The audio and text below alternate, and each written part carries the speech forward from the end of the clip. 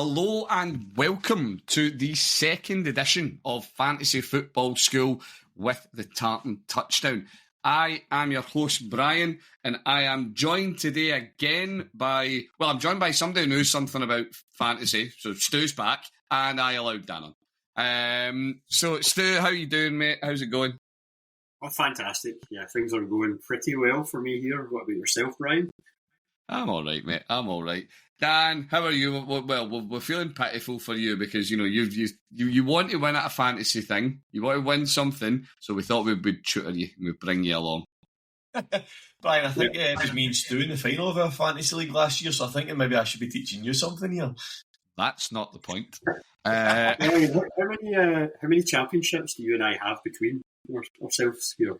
It's between us, Stu. It's over the last 4 years, something like 5, between over 2 leagues. Yeah. Right. Welcome, everybody. Thank you for joining us. Now, this is the second episode in our Fantasy Football School. So last time round, we talked you through all of the weird and wonderful ways that fantasy football works. So the rules, the rosters, some of the odd things that can come up, and all the things that help make fantasy a great laugh, and they help to make it fun and interesting. This time round, we are going to go through actual players, and we're going to give you our takes on who are the studs, the staples, and the sleepers for each of the main offensive position groups in fantasy. Now, before we dive too deep into anything, it's worth just talking about. I'm aware. I've done that weird teacher thing, and I've made up my own labels because that's what I do. So it's worth talking about what this is and why is working on a tier-based system better than just going purely by a numerical ranking, going by ADP. Now, if you did listen last time round, if you didn't listen last time round, listen, go and pick that pod episode up. But we talked about what actually is ADP. So it's average draft position, and it basically means whatever your platform is, whatever you're playing fantasy, it's going to take every draft that happens, and it's going to just average out wherever that player gets drafted. And it tells you, it gives you that information so you can say, right, everyone else that's drafting thinks that this player is worth a second round pick or a fifth or a whatever. And it gives you a bit of information. But if you dive into that, there can be big, big differences depending on your position groups. If you've got the option of drafting a stud wide receiver and instead you take a sleeper running back, probably a poor choice. And that's what we're going to be looking at today. So what actually are these three categories that I've made? Studs, also known as Brian. No, sorry, even I can't believe that. So these are your true difference makers at a position. These are the players that if they are on your team, you should be outscoring most players at that position every single week, no matter what. Unless one of these guys goes down hurt, you should be pulling in the top running back, quarterback, wide receiver, tight end, whatever score every week. Your staples, they might not be the sexy picks. They might not be top of the tree, but they're consistent. You know that you can slot these players into your team and they are not going to drop a donut on you. They are not going to give you nothing. You're going to see production out of these guys. And then last, every fantasy manager's favourite, the sleeper. The infamous sleeper pick. Someone who is drafted well outside the top tier for the position, but you know, you believe, you have faith that they are the next big thing. That wide receiver 44 is going to finish as one of the 6 best wide receivers in the league because you know who they are and you know how special they can be. These are guys that, yes, you draft them well outside the top end of their position. So, for top end, for quarterbacks, tight ends, we're talking about the top 12. Somebody you draft outside of that range, but you think they've got the upside to outperform that and they crack into those upper echelons of production. For running backs, you're talking outside your top 24 guys. Wide receivers, Joe, actually, this is a bit of an aside. I never appreciated, before I started prepping for this show, how many wide receivers there are. There's loads. There's hundreds of them. So outside the top 36 or so, wide receivers, and they're the guys that you think that they are it, they're going to come good. So what we're going to be doing today, I'm going to be taking you through, well, I'm not going to, these two are going to be taking you through most of it. I only get one pick, and there's two of them and one of me. I'm going to be taking you through our studs, our staples, and our sleepers at every position group. And there's only one place to start in American football. It's the most important position in sports, and it is kicker. No, it is quarterback. Sorry, Stu. This is for everybody listening that Stu has an irrational love for all things kickers. But no, we are going to start with our quarterbacks. And you know what? Because I am a complete megalomaniac, I'm going to start with me. And my stud pick for quarterback for the 2025 NFL season, it actually makes me a little sick to say this, by the way, it is Lamar Jackson. Yes, I am picking a Raven. Yes, I'll get over my Brown fan bias because he's just outrageously good at football. This is the one, and it's something that comes up with two of our three quarterback picks, not all three of them. He is the one of the top of the top tier dual threat running back, dual threat quarterbacks. No, I'm not saying Lamar's a running back again. He does it all. He does it in the air. He does it on the ground. He is one of the safest picks in all of fantasy at any position. He is an absolute hero. We were looking at him last year. He's currently sitting there. He's QB2, average draft position, second quarterback off the board. You can pick him up and towards the tail end of your second round in most drafts.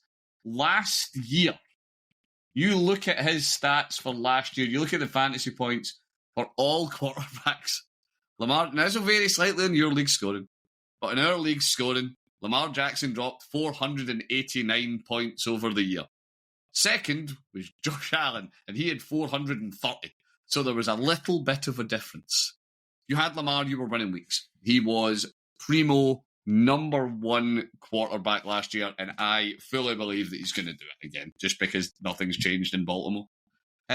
Stu, we'll come to yourself, mate. Who is your stud quarterback, and why should everyone draft him? I'm going a bit with the home team bias here, but I am going with Joe Burrow from the Cincinnati Bengals. And my reasons for drafting him was, or suggesting him as a stud, is just look at what he does when he's even remotely healthy and what he did last season. The guy was in the running for the MVP. I can understand why he didn't win it. He explained it eloquently himself. Typically it's an award that goes to a guy that is on one of the better teams in the league. Bengals didn't make the playoffs. That's on them, including himself. I like to see that he pulled himself into that blame as well, maybe unjustifiably so. But, you look at his numbers from last year. He's not as much of a runner.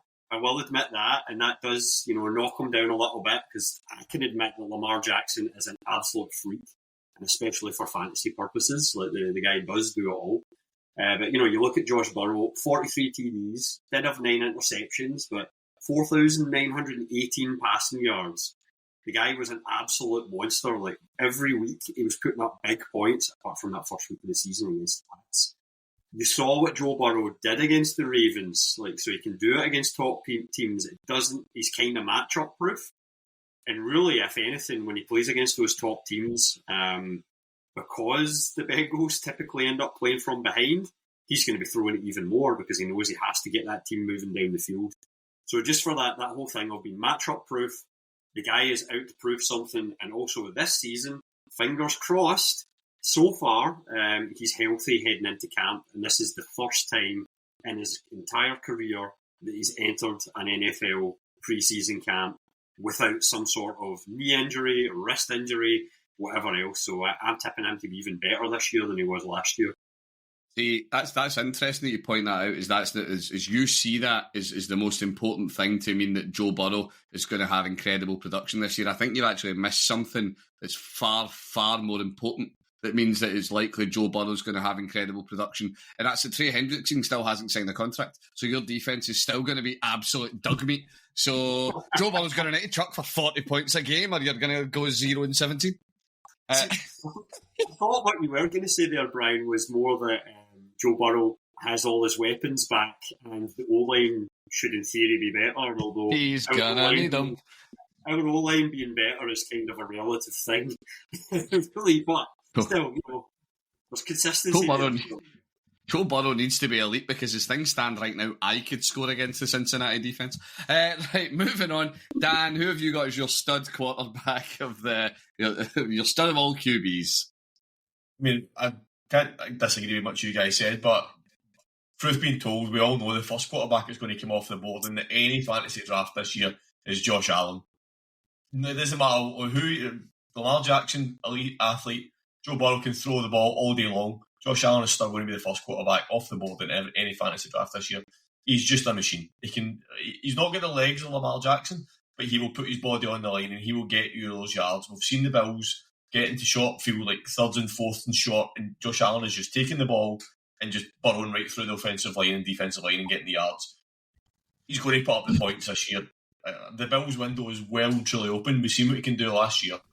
And what I will say, I don't know if we'll go to this, Brian, but I'm going to jump in and say this.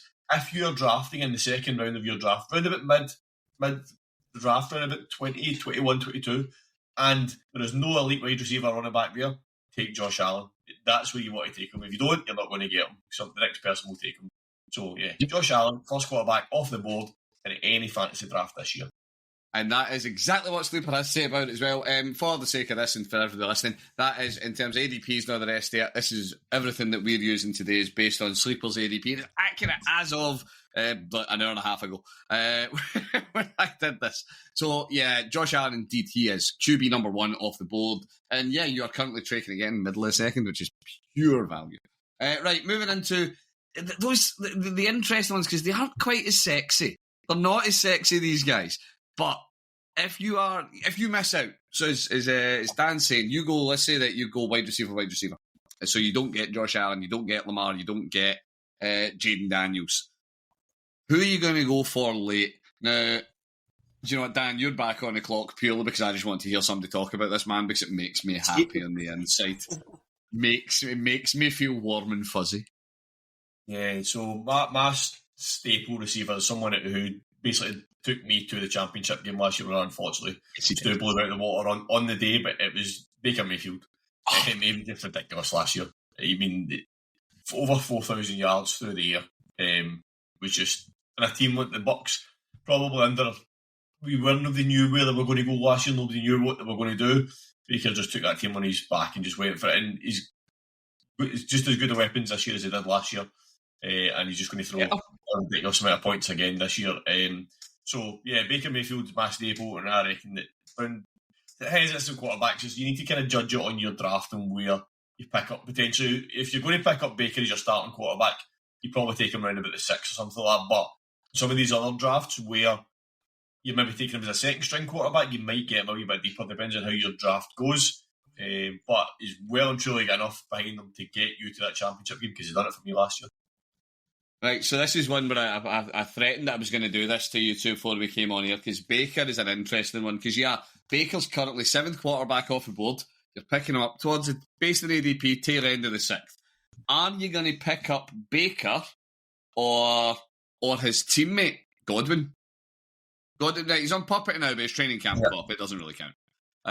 Godwin's coming back.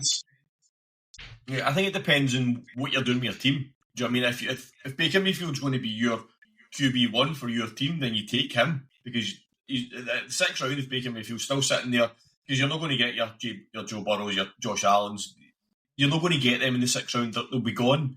So if Baker Mayfield is there in the 6th round and you don't have a quarterback yet, I'd be taking him all day long. Okay, it's interesting. It is what it is, because when you push it on even further, and so you can look deeper, and there's a player that where I come into it, because I do love Baker. I love him so much. He is possibly my favourite NFL player of ever, because he's just fabulous. But when you look at value for QBs, he's for a deeper quarterback. He's towards the expensive end of kind of deeper, I suppose, at the 6th. You push yourself off into the middle of the 8th round. This is where me and Stu both exist in this kind of range with both of our staple picks. Jared Goff. Yeah. He is the most vanilla of all NFL players. Like, you know, he is the tapioca of the NFL quarterback world. But he is really, really reliable. And it is one of these ones, you look at Jared Goff over the last 4 years where he's been in Detroit. Yeah, his first year in Detroit, okay, that wasn't great. But then since that, he has finished as quarterback 10, quarterback 7, quarterback 6. You look at picking that up as deep as you're getting Goff, he's such a value. I think he's absolutely worth it. On the notion of absolute values, Stu, you want to talk to us about your pick for your staple quarterback? Now, bearing in mind that Call of Duty hasn't released yet. Yeah, that kind of gives a spoiler for who I'm going with here, and it is, of course, Kyler Murray from Arizona. My reasoning with him, and I did look quite hard at Goff, and I think that's actually a really worthy pick. Baker, I also do enjoy, despite him being a former Cleveland Brown.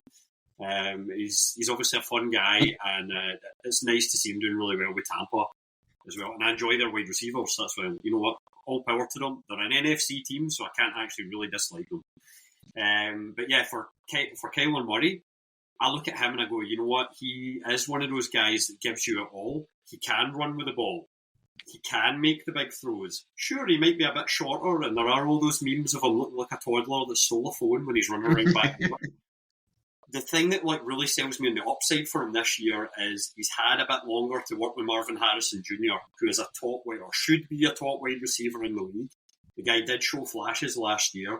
He has Trey McBride, who is another top weapon. Then they have the running game in Arizona, like James Conner. Sure, he's getting older, but he just continues to be that workhorse. So I look at Kyler Murray, and my thing is just that value in terms of he's sitting there in the 8th round. If you can go early on, go a couple of wide receivers, maybe grab Trey McBride early, grab some running backs, and then your starting quarterback is Kyler Murray.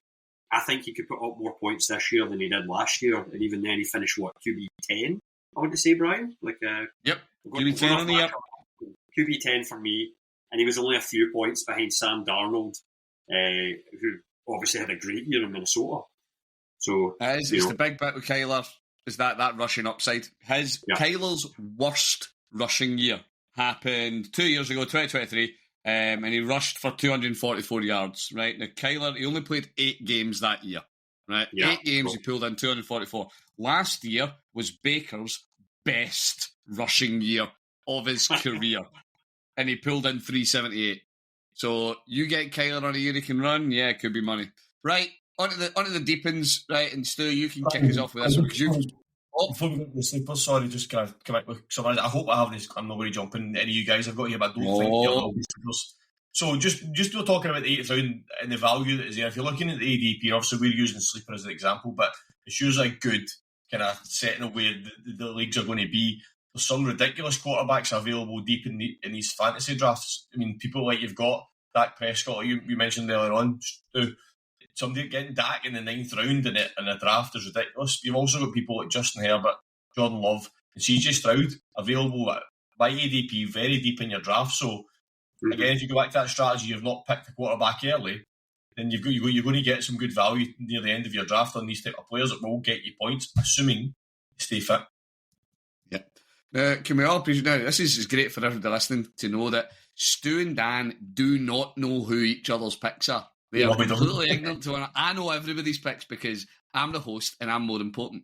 These two don't know, and Dan actually managed to do that without naming either mine or Stu's picks for the sleepers. So I applaud you for your... That's because none of those 4 are sleeper quarterbacks. That's why I thought it's a safe bet to come in and say that, because the 4 of them could easily be... You could potentially put them in studs on their best day.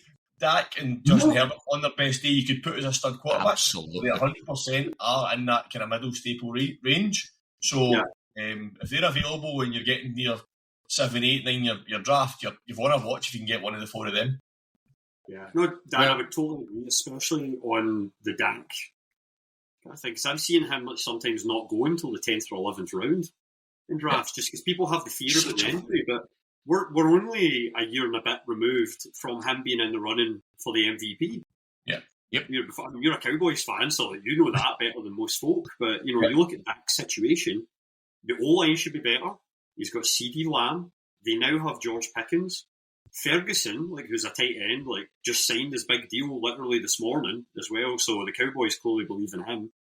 And hopefully your rushing game should be better this year, and we'll maybe touch on that later on. Dak. Well, the one to end the Dak loving, because unfortunately I am completely on board with this. See if you look at Dak's fantasy finishes on years where he isn't hurt, or years where he plays the full season. So we're going to take out last year. We take out 2022. He only played 12 games. 2020 only played 5. All the years where he plays whole year, he is quarterback. This is going back from 2016. Quarterback 7, quarterback 10, quarterback 2, quarterback 8, quarterback 3. The upside is there. And you look at Dak in the position that he's going in your drafts, pick 123 overall. Value. Right, on to real values as well. Same kind of idea. Stu, you've spoken about this quarterback quite a lot to me. You've mentioned him on the first episode as well, actually. Who is your sleeper pick for your QB? Okay, so my sleeper pick, and I was actually looking at Dak in there and I just went, I can't actually include him in this list because he's not a sleeper. He's just horrifically undervalued. The guy that I am actually picking for sleeper, again, who I feel like is actually being completely undervalued as well, but we will class him as a sleeper, is Geno Smith. So he's just moved to the Las Vegas Raiders. Obviously a building team, so that's one of the things where, previously he was playing with Seattle. Sure, the O-line was made of paper. It may have been worse than the Bengals O-line points last year. But he did have DK Metcalf. He had, Tyler Lockett. They had, Smith and Nigma as well. He had good receivers there. So there is an element of he's now moving to the Vegas Raiders. They're building, how's he going to do building up that rapport with a new set of receivers because he's had a fairly consistent set to work with before. But he has Brock Bowers, who is one of the top receiving tight end options in the league. He also has Jacoby Myers, who, for an undrafted free agent, walked into New England Patriots, became their WR1. Maybe not hard to do, depending what they had there. But, let's just quickly look at Myers, from last year. Where was he in the kind of the grand scheme of things? I know he did. You can maybe pull the numbers up there, Brian, while I'm kind of ranting away. I'll pull them up. So Jacoby Myers came in last year. He finished as, for fantasy, wide receiver 19. He pulled in, he had a 1,000-yard season. He had 4 touchdowns. These are things that you would expect positive regression. He's got a better quarterback now. Geno is not the sexiest quarterback pick in the league, but he's a good QB. He's a perfectly good NFL-level starting quarterback. And you would expect all of his receivers. I was about to say you would expect all of his receivers' production to take an uptick. Imagine Brock Bowers with an uptick in production. Yeah, it's ridiculous. And also the thing is as well is sure, he's not exactly Josh Allen or Lamar Jackson in terms of his rushing, but Geno Smith, he did. He ran for 272 yards. That's only 50 yards less than Patrick Mahomes last season. So, Geno does have a little bit of rushing upside as well. So, you can't knock that either. So I'm just looking at him saying, you know what, if you're looking late in your draft for a backup quarterback or somebody who maybe if your first guy goes down, you're not going to be hung out to dry by putting Geno in, at least you're going to get some solid points every week. So that's my choice for sleep. And that's actually the exact same theory behind my choice. This is good because me and Dan have actually picked, and you can play the split the difference maker, because we have picked 2 quarterbacks who are quarterback 18 and 19 off the board, respectively. So mine, and it is exactly your theory. I'm thinking you go somebody kind of reasonably decent. You go Baker early. You may pick up Josh Allen or something like that, and they go down. Who have you got on your bench that's going to potentially show something to step up? As much as it galls me to say it, because I really don't like the Patriots, Drake May. Yeah. Drake May put up a year last year where he showed in his play, he showed that he could be is he the next Tom Brady? Well, I'll let history figure that one out. Is he better than what the Patriots have been rolling out at quarterback for the last year or so? 100%. Yes. By a massive distance. I believe I'm on board with Drake May. I think he's somebody that could take a serious step next year. I think he benefits from I don't think that he's a quarterback that the league's looking at right now. And, oh my God, we got to watch out for Drake May. I don't think he's going to find DC's really aggressively game scripting him out of the game. When you're playing against the Pats, they didn't have a good year last year. Most people don't think they're going to have a great year this year either. I don't know what the Vegas line is on them for the under, but most people will be taking the under on the Pats. I've just got a sneaky feeling that we could be sitting here at this time next year saying, yeah, Drake May is going to be a top 12 quarterback. Of course he is. He's currently sitting, as I say, quarterback 18 off the board. You are picking him up at the start of the 12th round in your draft. It's no free, but it's near enough free. On to the next one, and on to Dan and Stu. So you can tie break between these two. So Dan, you want to tell us, I've already given away that we're back to back. So he's QB 19 off the board. You're currently picking him up at the 137th pick, 1205. Who you got? If you're looking at this guy in the 12th round, is a quarterback. He is going to be QB1 for his team this year, so he is going to pick up the points. And it's JJ McCarthy. We all expected big things from JJ McCarthy last year, and obviously he got injured. And I think he's going to benefit from what I'll call the CJ Stroud effect, where nobody knew what to expect from him in his first year. Yep. Everybody thought he's going to be good, but DC's couldn't scheme against him. I think JJ McCarthy's going to have the benefit of he's sat basically for a year, learning the playbook, learning the team, but not having DC's watching him doing it. So I think he's going to benefit from that. Sitting on the sideline, learning the playbook, watching behind Sam Darnold last year, watching what the team does. And he was made for that Vikings team. The team was built for him, and that's why they drafted him. So he's going to have that advantage of an extra year of learning. And I think he's going to have a phenomenal year because he's going to be QB1 for the Vikings. So with the weapons that he's got, he's going to put up the points. It's just the consistency piece that we're not sure how consistent he's going to be over the season. But he'll put up the yards and he'll get the touchdowns, but especially if he's thrown to Justin Jefferson, he'll get the points for you. So if you're getting to the 12th round and you're suddenly scrambling around, they pick up that defence, they pick up a kicker, don't pick up JJ McCarthy if you don't have another quarterback in your lineup, because we alluded to earlier on, if your QB1 goes down injured and you've got JJ McCarthy on your bench, you're absolutely laughing. And there was a lot of chat there about how he's going to be QB1 for the Vikings. QB1. Are you trying to disrespect Sam Howell? Disrespecting by even thinking that Sam Howell was going to start for the Vikings is disrespect. Every fan that's watching this. I'll be honest, I had to Google their depth chart. I couldn't remember who the backup was. I seen Sam Howell and it made me laugh. So then tell you what, Stu, you are on the clock, right? You are on the clock. It is the 12:04, right? You're 12:04, and you've got Joe Burrow. You drafted him early. You picked him up. You're in the market for your backup QB. Who are you going with? Drake, May, and JJ are your two options. Who are you picking? You know what? I'm actually going to go with the slightly less safe option. And I realise both of them are fairly new to the league. Drake May was a rookie last year, but I'm going with JJ McCarthy. And I say less safe only in that we haven't seen him play a single snap in the NFL yet. Yeah. I just remember how good he was for Michigan and making them relevant as a program, or being part of that relevancy as a program again. And I just look at the weapons and things he has around him, and the fact that Vikings O-line made Sam Darnold look like a world beater at points last year. Yeah. Sorry, Sam. I have no faith in Sam Darnold this year. That's probably the other thing I should say, but yeah, JJ McCarthy, I would have absolutely zero problem picking him. I do think Drake May will be good this year, but I'm just picking McCarthy over Drake May if I'm on the clock, and those are my options. Totally. Right, let's move on to our next position group, chaps. So we are moving, this is actually probably my least favourite position group in fantasy. I absolutely hate drafting running backs. I always feel that I'm really bad at it, and whoever I draft is guaranteed to have both of their ACLs explode.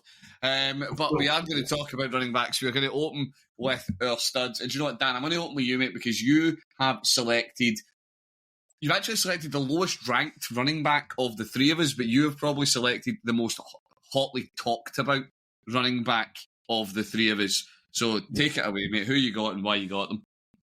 Going Ashton Genty, he's just ridiculous. He's really good. He's a running back who's built for the NFL. I don't know if anybody watched College Bowl last year, but he absolutely tore up the boys. 2,600 yards last year. It was on record almost beaten every record possible in college football for rushing last season, do you know what I mean? But he's going into a programme where we've mentioned Geno Smith already, who have got a steady quarterback. We know Geno can throw the ball, but he's not going to have to throw the ball because he's got Gente beside him. You see situations where running backs go in positions where the team is a throw-first offence.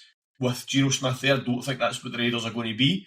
It's not like he's, like you mentioned, he's a good quarterback, but he's not that elite quarterback where they're going to throw the ball more.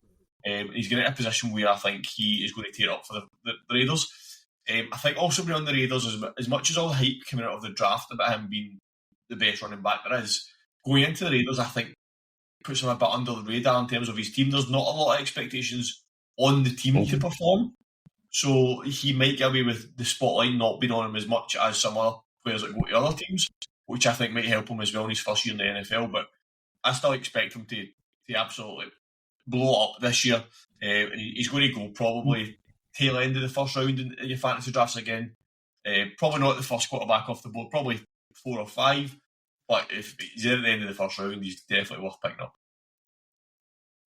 He is an absolute, and I suppose that's the big thing as well with him being. So he's ranked currently as running back 5, and that is his draft. His average draft position is the 112. You know, he is your player on the turn of your draft. You are grabbing Ashton Gente and a top wide receiver, a top tight end. It's such a great way to start it. Stu, you're going to tell us about yours. You're going to somebody that's it's a wee bit higher profile, and then I'm going to take us to the not quite the top of the tree in RB rankings, but very near it. So talk to us about who your pick is. I've actually got a question about your pick, to be fair. Yeah, okay, so my pick, I'm going with Detroit Lions, Jahmyr Gibbs. I'm taking him as my stud in here. He's just a guy I feel like he does it all. He's in a high-powered offense. He plays against, because he's in the NFC, sometimes gets softer matchups, like even when they're playing against equivalent teams. The guy does everything in terms of he'll catch the ball and run with it, as well as kind of just giving you rushing. He's helped out, and this is the thing, I see this as a positive. Gibbs and Montgomery do have that 1-2 punch thing going on as well. And as much as you can feel, maybe that eats into the snap share, on the counter argument to that, I would say is it keeps both of them fresh, and it means that they can be both used in ways that they should be and in plays that they should. So for me, like I just look at Jahmyr Gibbs, and when comparing him to those other top running backs, Gente, I do really love Dan as well, but I just know Jahmyr Gibbs has done it in the NFL so far, but he's also not that old yet. So there's not as many miles on his legs as some of the other top running back choices. So Brian, what's your question about Gibbs? My question was going to be, are you worried about David Montgomery? And you've been really irritating and answered it before I got to ask it. No. That's part of my skill was I had to get it in there because I also really like David Montgomery. And no spoilers, but for me, I did not pick him as my staple, although I considered him. And I just thought it would be quite funny to have a 1-2 punch alliance in the thing, but I just went, I'll stay away from that. But yeah, no, Jahmyr Gibbs, I love the guy. I like what he does. He's electric and good hands, and also just a very good running back on a good team. The kind of thing that you think when you're looking at Gibbs, you do just kind of look. So what I've actually quickly grabbed is Monty's stats for last year. He had 12 touchdowns last year. So he really was, he was pounding a lot of them in, the short yardage touchdowns, he was pounding them in. Gibbs had 16. Monty goes down. Gibbs becomes unplayable. When Gibbs becomes the everything back, it's wild. He also had another 4 receiving touchdowns as well, though. So Gibbs got you 20. One a year. Gibbs had 20. Monty had 12, though, that if he wasn't about, you would say probably go to Gibbs. Right. So for me, so that was running back 3 off the board. I'm going running back 2 because sneaky. I do not see Saquon repeating it. He would be running back 1. Bijan. It is Bijan. I can't believe I'm about to say this. I have some amount of faith in Atlanta. I actually think Atlanta might not be terrible. Hey, you're me from last year. I know. It's just like I Dan can vouch for that, because I think on every preview podcast that I was on, Dan, I think I was just bigging up Atlanta, mainly because of the defence, and I still stand by that. Like, I love the Atlanta defence, but we should also point out, Brian, it's Bijan, not Bijan. Yes. Sorry, he quite right, confirmed quite that correct. Well, in an interview yesterday. He says for everyone, just I think he's fine with people saying Bijan, but it's Bijan. no, that's easy. We should make an effort. So so he finished last year's running back 3 on what was not an incredible team. And he was still running back 3 off the board. He just shy of 1,500 yards, another 430 through there. He's 23. He's got everything in front of him in a team that do I believe Michael Penix Jr. is the next thing? I'm not so sure. Do I believe he's better than last year's Kirk Cousins? Yes. So it's an offense that I see taking a step forward, and we all love picking up running backs on good offenses. Running backs on good offenses are money. Right, we're going to shift this one into Staples. Oh, no. Questions? Without spoiling wide receiver bits when we get to that, Bijan is projected to go 4. Surely there's a temptation there to go, if you're not, even at the 1, he's got to have a temptation to take one of the top 3 picks, surely. Bijan is not a bad first overall pick. I would, if I was sitting at 101, would I take Bijan over Chase? Probably not. Would I think poorly of anybody who did? Nah. Perfectly reasonable pickup anywhere. If he falls beyond 4, it's robbery. Yeah. It's pure robbery to get him any deeper than 4 in your league. Says me, who in our main league is currently sat with the 6th overall pick. Just a thought, folks. Moving on to Staples, and I'm stealing. I'm actually amazed I got this staple. I was thoroughly expecting Stu to have this. He is a player that served me exceptionally well last year. It served me well in a couple of years, actually, in a couple of different leagues. And he breaks the rule of you want running backs that are on good teams, because it is Chuba Hubbard, running back for the Carolina Panthers. Everyone was absolutely terrified. We were convinced that Jonathan Brooks was in. That was it. His team gone, yes, he's starting the year on IR. We know. As soon as he's back, it's his. Nope. Well, he got hurt again. But even that aside, it doesn't look like anybody's laying a glove on him. Chuba also got paid. They gave the man a bag. So, good for him. And he is Stu's hometown hero. But yeah, no, I think he is exactly the kind of running back. You are getting him tail end of the 4th, start of the 5th. He is your 0 RB running back. That is how I look at him. If I have went my first 3 rounds, I've went wide receiver, tight end, or wide receiver, quarterback, wide receiver, then I pick Chuba up as my RB1. I'm happy enough with that. I can live with Chuba as my RB1 in my team. I think he's got absolutely the production in him to get towards what he did last year. Last year was just shy of 1,200 yards, 10 touchdowns, little bit in there, not much. I think he's the epitome of nice and safe and stable. And no, I don't think Rico Dowdle is going to steal his lunch money. I think Rico Dowdle was a sleeper last year, and that kind of back bit me in the back, didn't it? To be fair, Rico Dowdle actually finished not bad last year. Yeah. Sleepers are for bet stands. There's no shame in picking Rico Dowdle. That was the home field advantage pick there. That was blinkered. Oh, you backed the Cowboys ground game. That was your first mistake.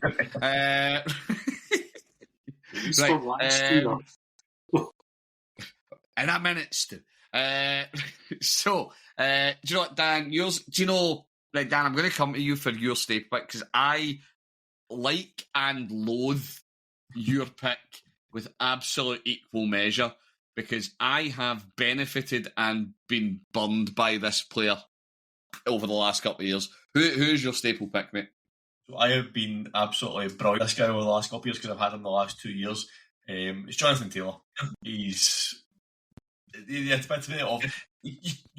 he's probably not one that's sitting on the borderline of you could put him in that top level quarterbacks because of his production.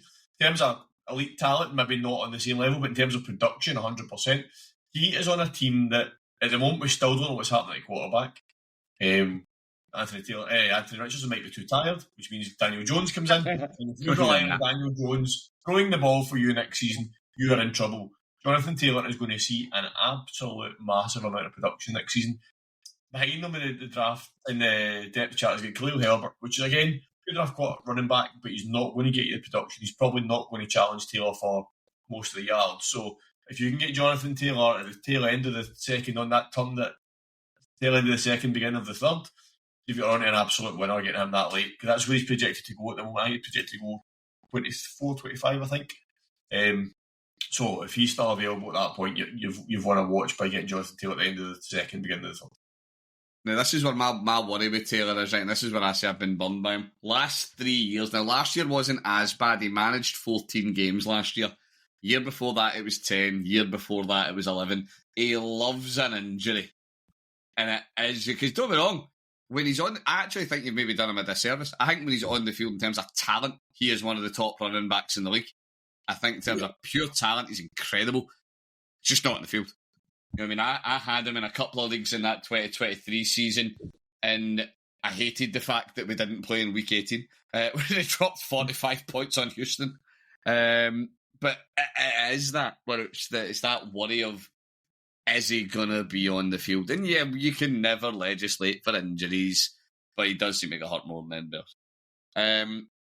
Stu, it's been far too long, by the way. It's been far too long since Stu's made a homer pick. So, Stu. Okay, so and this is literally a homer pick because obviously Chuba's the local guy from Sherwood Park next to Edmonton, but I'm taking another Canadian. I'm going with Chase Brown from the Bengals. My thinking with him is that after he displaced Zach Moss as a starting running back for the Bengals from about week 4, week 5 on last year, he was a top 10 running back pretty much every single week from then out. He was top 3 a few times as well. All of the variable from the Bengals this year, despite bringing back P. Ryan and obviously Moss returning from injury as well, is that Chase Brown is going to be the guy and he's going to be a 3-down back kind of thing. Like they're going to be using him in every situation. He has good hands, so he's been trusted more for receiving. Perrine probably will eat into that a little bit, but Burrow seems happier throwing to him now, or as the season went on, that progressed. The guy's a good running back. Obviously, part of it's down to hoping the offensive line is a little bit better again, but it gives the Bengals that option of running the ball rather than just chucking it every single time, which I realise since the Joe Burrow, air yards thing from earlier on that I kind of predicted might go up this year. But yeah, no, I love a bit of Chase Brown, partly fueled by the fact that he is a Canadian, and I love watching Canadians do what they do in the NFL.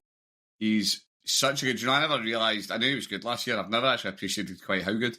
Over last year, after week 4, from the Carolina game onwards, Chase Brown gave you fewer than 20 fantasy points 3 times. Every other week he was giving you at least 20 points, and he only gave you less than 15 once against Cleveland. Remember, Stu.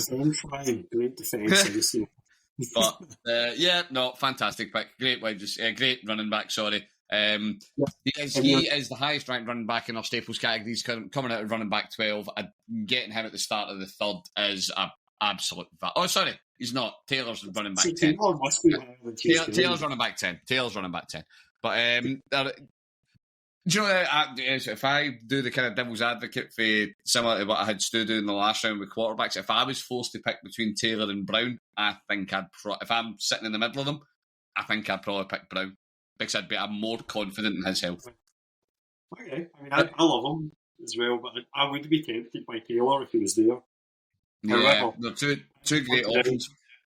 As you pointed out with the injuries, and as I always like to say, the best ability is availability. You'd think we'd done this before. Right, let's move on to our sleeper running backs, guys. I'm going to get mine over and done with. It's a wee bit like tearing a plaster off. I just want to do it quickly.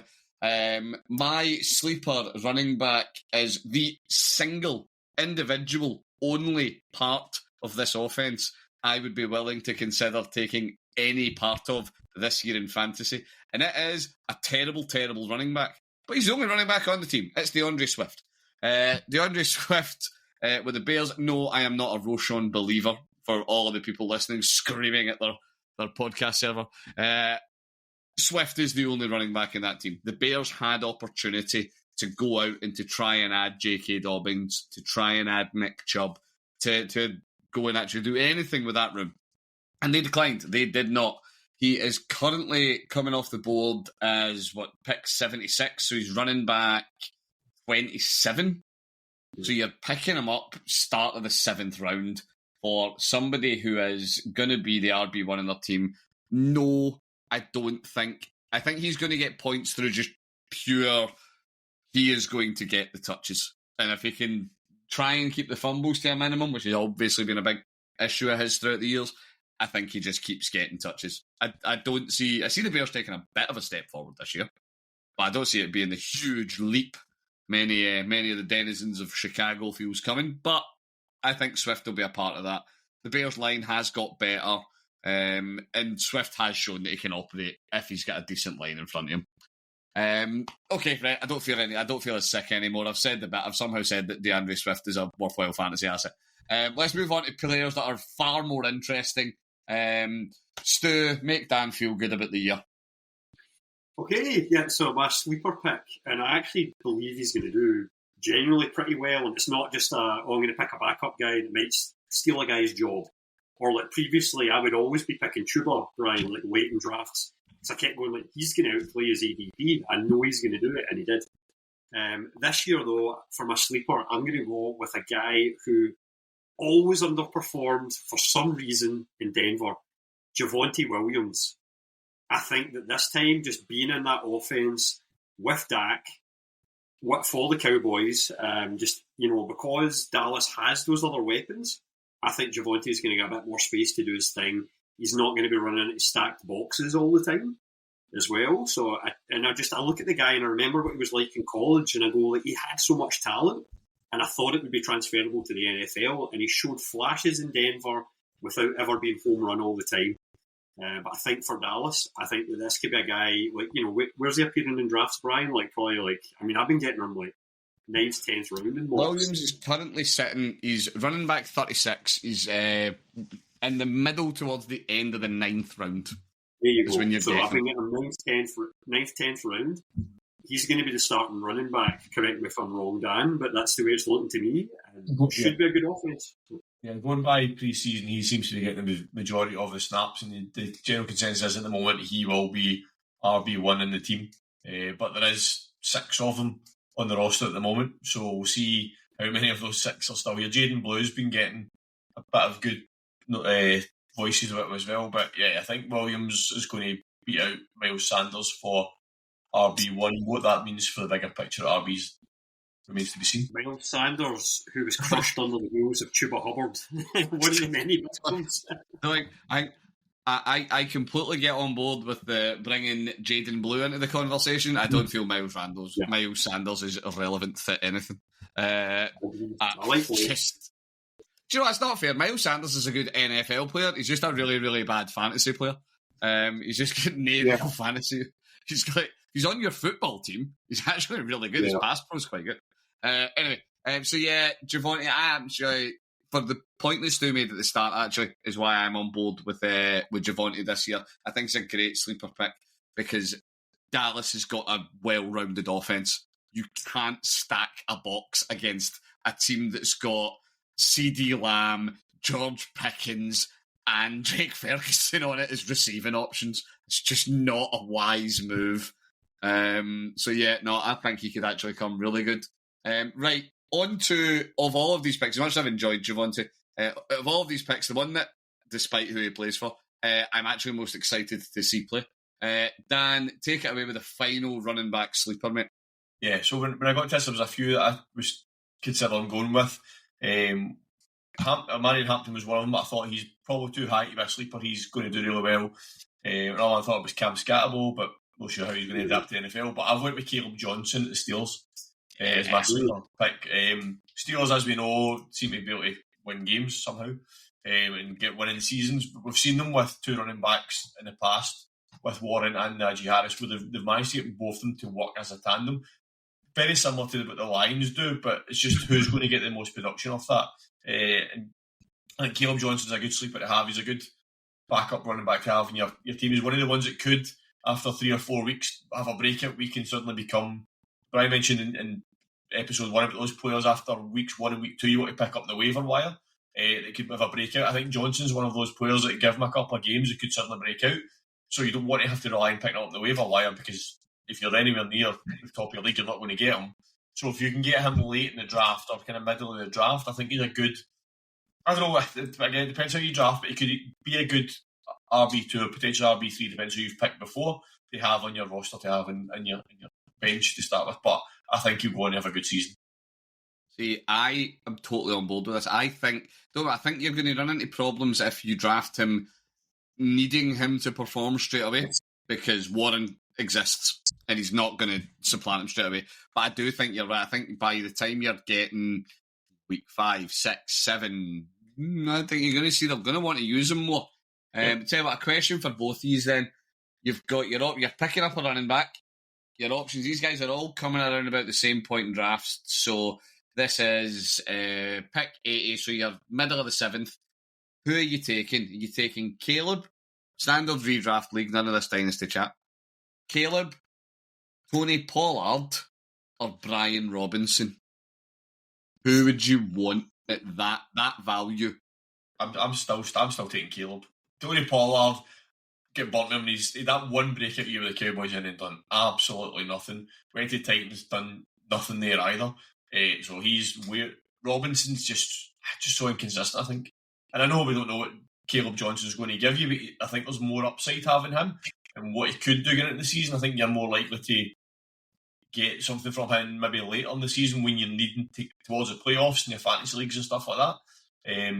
Because Steelers should be there or thereabouts in terms of a winning season, so they should still have something to play for coming to the tail end of the season. So I would 100% put Johnson every day out of the three of them. What we used to?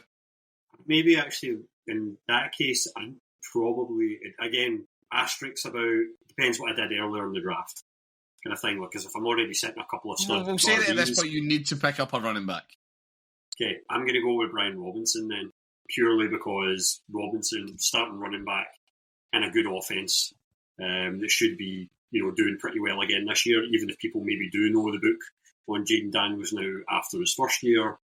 But I just look at Brian Robinson, and yes, he's kind of, I don't want to say vanilla or average or anything like that for a starting running back, but I think just the amount of volume he's going to get for sure, I would rather take that consistency for the whole year. But I do totally know the upside of Caleb Johnson, and I think it's still a decent pick, I think, but I'm going Robinson. What I find very interesting is if you look at Sleeper's ADP, they have Johnson going 10 picks before Jalen Warren on average. Well, you've stolen my next point, because that was my next point. Because see, if you wait around-ish, you can take Warren instead. Do you? Well, right, here's the question then. This is a funny thing for everybody watching. Me and Stu do relentless amount of mock drafts, and we send them to each other constantly. And this has happened once, I think, in one of Stu's mock drafts, where he double-dipped the Steelers running back room. Would you double dip? Would you go in for both? Steelers should be a functional team. They're not going. I don't think the Steelers are going to be great this year. I don't think Aaron Rodgers is going to lead them to the promised land.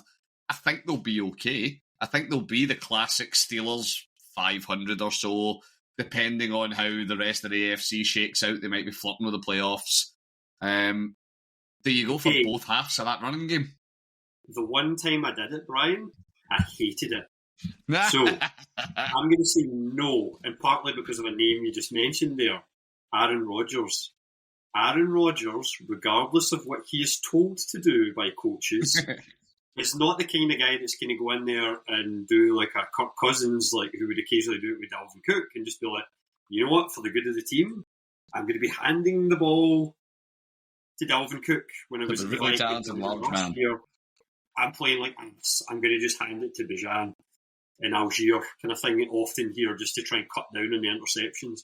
Aaron Rodgers is going to go out there regardless of the score. In a lot of the situations, he's going to err on the side of, I am going to pass this here. DK Metcalf is going to get the ball, or I'm going to force it to him. Muth is going to get the ball. I'm going to force it to him, kind of thing. I can't see him handing the ball off enough to make both running backs worth it. So you have to bet on the one that will work. What I'm And also maybe going to say Johnson. is, I can guarantee you, as much as I know Sleeper's saying this at the moment, there's no way both of them are still available at that point in your draft either. I know on average they are, but there's no chance in a league you're going to get both of them that late. One of them's going to go a wee bit higher. Not in real life. Do you know what? That's I think true. Warren could fall. I think Warren could fall further. We'll see. If you get some Steelers fans in your league, it will maybe change it up a bit. Well, But I've got a I feeling think that Johnson goes higher than 80. Johnson, the rookie fever will lift Johnson. And I don't know, I've got a feeling if he goes much further up than the 7th, I think a few people will maybe be bummed by Johnson. I think the 7th's about as expensive as I'd want to pay for him. I agree there's upside to him, but Someone who took him in my Dynasty rookie draft, I hope you're completely wrong. Okay, folks, thank you very much. That is going to draw this episode to a close. Gents, thanks very much for joining me in this one. Make sure you tune in for the next episode. We are going to keep working our way through the rest of the position groups, and we are going to keep telling you who are the studs, who are the staples, who are the sleepers that are going to make a difference in your fantasy draft. How can you pick them up at the best value to make sure you take home a championship? Join us next time.